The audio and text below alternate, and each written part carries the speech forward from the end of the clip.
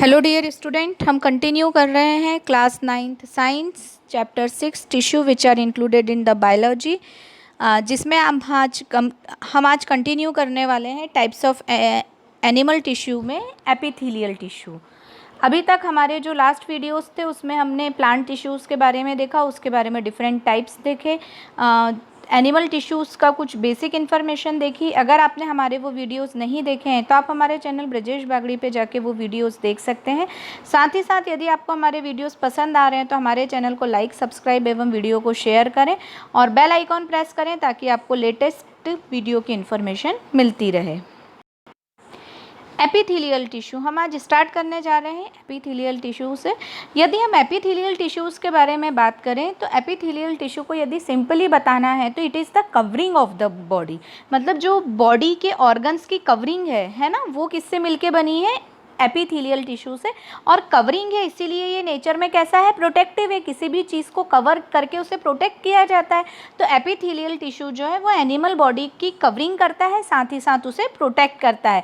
तो यदि हम देखें तो मोस्ट ऑफ द ऑर्गन्स जो बॉडी के होते हैं, बॉडी के मोस्ट ऑफ द ऑर्गन्स जो हैं वो किससे मिलके बने हुए हैं?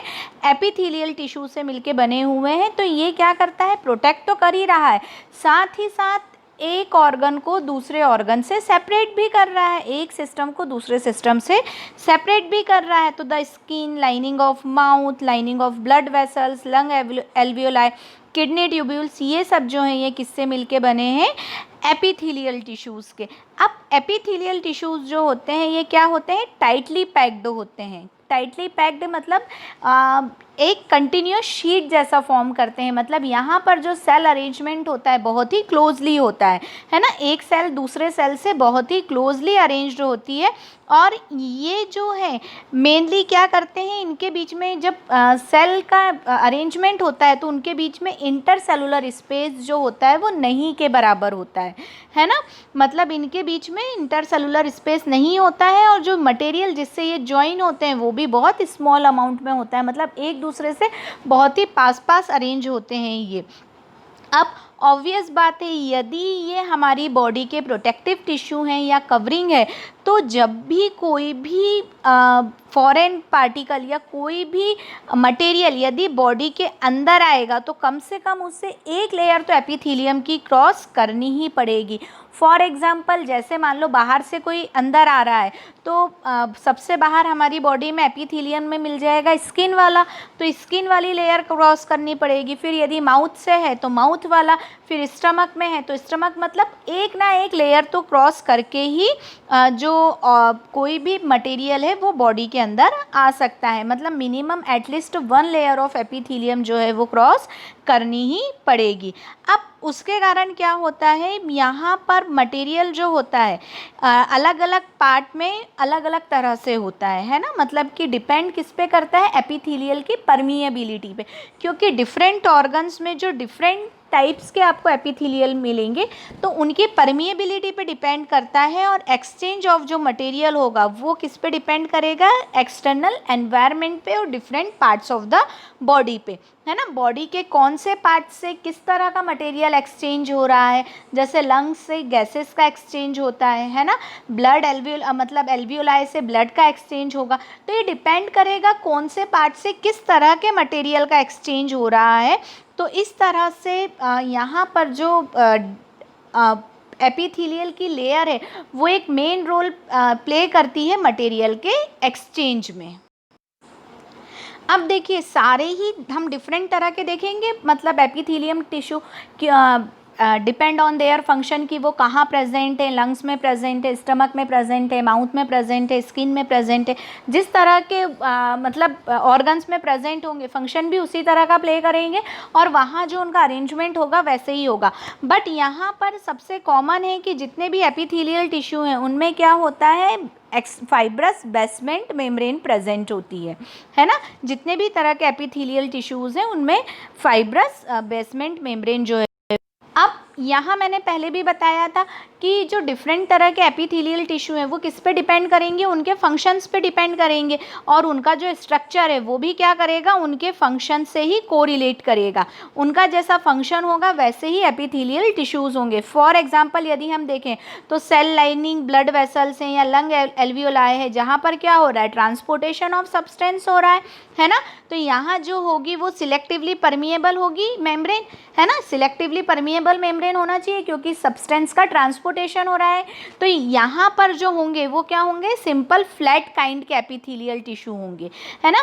अब ये जो कहलाते हैं ये क्या कहलाते हैं, सिंपल स्क्वेमस एपिथेलियल कहलाते हैं। ये जो दिख रहे हैं ना एकदम फ्लैट काइंड ऑफ एपिथेलियल दिख रहे हैं, तो ये जो कहलाते हैं ये सिंपल स्क्वेमस एपिथेलियल कहलाते हैं। याद रखिएगा ये जो कहलाएंगे ये क्या कहलाएंगे, सिंपल स्क्वेमस एपिथेलियल, जो कहाँ प्रेजेंट होंगे, ब्लड लाइनिंग में प्रेजेंट होंगे, लंग्स में प्रेजेंट होंगे, है ना। तो ये जो होते हैं ये सिंपल स्क्वेमस एपिथेलियल होते हैं। अब सिंपल स्क्वेमस एपिथेलियल जो होते हैं वो बहुत ही थिन होते हैं, फ्लैट होते हैं और एकदम डेलिकेट लाइनिंग जो है वो फॉर्म करते हैं, ठीक है। अब ये कहाँ कहाँ प्रेजेंट होते हैं, ये इंपॉर्टेंट है, ईसोफेगस में होते हैं, लाइनिंग ऑफ माउथ में होते हैं। तो यहाँ जो होंगे वो कहाँ होंगे, स्क्वेमस एपिथेलियल प्रेजेंट होंगे, ठीक है ना। सिंपल स्क्वेमस एपिथेलियल जो थे वो कहाँ कहाँ प्रेजेंट है, लाइनिंग ऑफ माउथ में, है ना। फिर उसके बाद जो है स्किन में है, ईसोफेगस में है, तो यहाँ ये प्रेजेंट होंगे। The skin which protect the body, ये भी जो है ये किससे मिलके बनी है, स्क्वेमस एपिथेलियल से मिलके बनी हुई है।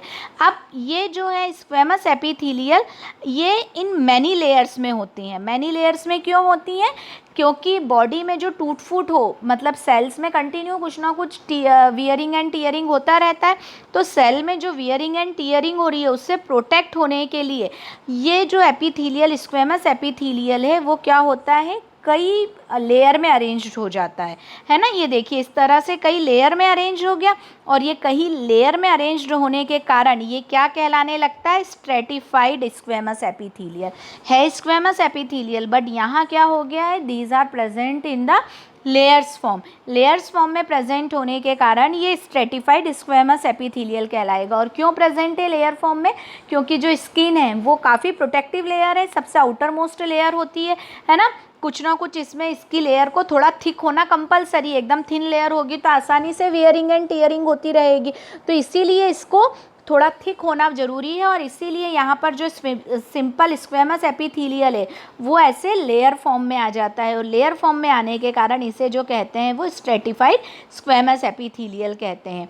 अब देखिए यहाँ पर क्या होता है, वे एयर एब्जॉर्प्शन और सिक्रेशन होता है ना। इनर लाइनिंग में जैसे इंटेस्टाइन है तो वहाँ जो प्रेजेंट होंगे वो कॉल्यूमर होंगे। कॉल्यूमर मतलब ऐसे पिलर लाइक, जहाँ पर भी सिक्रीशन और एब्जॉर्प्शन का काम होता है, मेनली डाइजेस्टिव सिस्टम में होता है सिक्रीशन और एब्जॉर्प्शन का काम, है ना। तो वो जो होंगे या फिर रेस्पिरेशन वाले सिस्टम में होगा, तो ये जो होंगे वो कैसे होंगे, पिलर लाइक होते हैं, और ये क्या कहलाते हैं, कॉल्यूमर, है ना। कॉल्यूमर ये जो है पिलर लाइक दिख रहा है ना, ये लंबे लंबे पिलर दिख रहे हैं ना आपको, क्यों, क्योंकि ये एरिया बढ़ा देते हैं एक्सचेंज के लिए, तो एरिया बढ़ा देने के कारण ये जो होंगे ये कॉल्यूमर एपिथेलियल टिश्यू कहलाते हैं, ठीक है।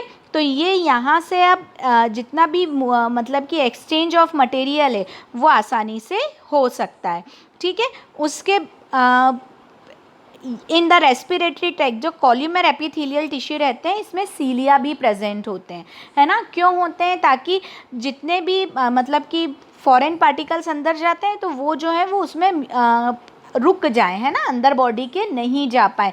और फिर ये जो सीलिया हैं ये मूव होते रहते हैं, और म्यूकस जो होता है इनको क्लियर करता हुआ, मतलब एयर जो अंदर जाती है उसको क्लियर करता हुआ अंदर तक पहुंच जाते हैं। तो इस तरह का ये जो कहलाते हैं ये सीलिएटेड कॉल्यूमर एपिथेलियल कहलाते हैं। ये कहाँ प्रेजेंट है, रेस्पिरेटरी ट्रैक में। रेस्पिरेटरी ट्रैक में क्या होता है, एयर के साथ साथ काफ़ी सारे डस्ट पार्टिकल या कुछ और भी बैक्टीरियाज वगैरह या इस तरह की चीज़ें जो अंदर जाती हैं, तो उनको क्लियर करने के लिए इनमें सीलिया प्रेजेंट होते हैं, जो कि म्यूकस के हेल्प से उनको क्लियर करते जाते हैं डस्ट वगैरह को, और इसीलिए ये जो कहलाते हैं, ये क्या कहलाते हैं, सीलिएटेड एपिथेलियल टिश्यू, है ना। ये देखिए कॉल्यूमर प्लस सीलिएटेड, ये दिख रहा है ना, ये कॉल्यूमर प्लस सीलिएटेड, तो ये ऊपर की तरफ ये इनमें ऐसे सीलिया प्रेजेंट होते हैं जो कि क्या करते हैं, डस्ट या जो फॉरेन पार्टिकल्स हैं उनको हेल्प करते हैं रिमूव करने में। उसके बाद नेक्स्ट जो है वो क्यूबॉइडल एपिथेलियल है, जो कि क्यूब फॉर्म का होता है। तो ये जो प्रेजेंट होगा ये किडनी ट्यूब्यूल्स में होता है, सिलाइवरी ग्लैंड्स में होता है, जो कि मैकेनिकल सपोर्ट देने का काम करता है ना। इसके अलावा एपिथेलियल सेल्स जो है वो ग्लैंड सेल में भी होती हैं, जहाँ पर मटेरियल सीक्रेट होते हैं, ठीक है। तो इस तरह के ये जो डिफरेंट तरह के एपिथेलियल थे, मतलब यहाँ जो ग्लैंड में होंगे वो ग्लैंडुलर एपिथेलियल कहलाएंगे। ये क्यूबॉइडल, देखिए ये क्यूबॉइडल एपिथेलियल है, किडनी में प्रेजेंट होता है, ठीक है। तो ये जो है ये डिफरेंट तरह के एपिथेलियल जो है ये अलग अलग तरह के ऑर्गन्स में प्रेजेंट होते हैं, जो कि on the basis of their structure different तरह के फंक्शंस को परफॉर्म करते हैं। तो मेनली आपने 4 तरह के देखे, बट उसमें ही डिफ्रेंशिएशन होता गया, है ना। तो इन एपिथेलियल टिश्यूज़ में जो इम्पॉर्टेंट है वो ये इम्पॉर्टेंट है कि कौन से पार्ट में कौन से तरह का एपिथेलियल टिश्यूज़ प्रेजेंट रहता है ना। लाइनिंग ऑफ माउथ में कौन सा प्रेजेंट है, सिलाइवरी ग्लैंड में कौन सा प्रेजेंट है, लंग्स में कौन सा है, ब्लड वेसल्स में कौन सा है। तो ये जो है ये इसमें इम्पॉर्टेंट है कि कौन से पार्ट में कौन से तरह का एपिथेलियल टिश्यूज़ जो है वो प्रेजेंट होता है। तो ये इम्पॉर्टेंट चीज़ है, और प्लस इसके डायग्राम भी इम्पॉर्टेंट है ना, मतलब डायग्राम भी ड्रॉ करने को आ जाते हैं और वो इम्पॉर्टेंट है, ठीक है। तो हम आज के लिए इतना ही। नेक्स्ट हमारा जो होगा वो कनेक्टिव टिश्यू होगा। हम सेकेंड टाइप का टिश्यू देखेंगे, कनेक्टिव टिश्यू, जो मैं नेक्स्ट वीडियो में आपको बताऊंगी। आप ये वीडियो ध्यान से देखिए। कोई भी डाउट है, कोई भी प्रॉब्लम है, आप मुझसे पूछ सकते हैं, मैसेज कर सकते हैं, कमेंट कर सकते हैं। Keep watching.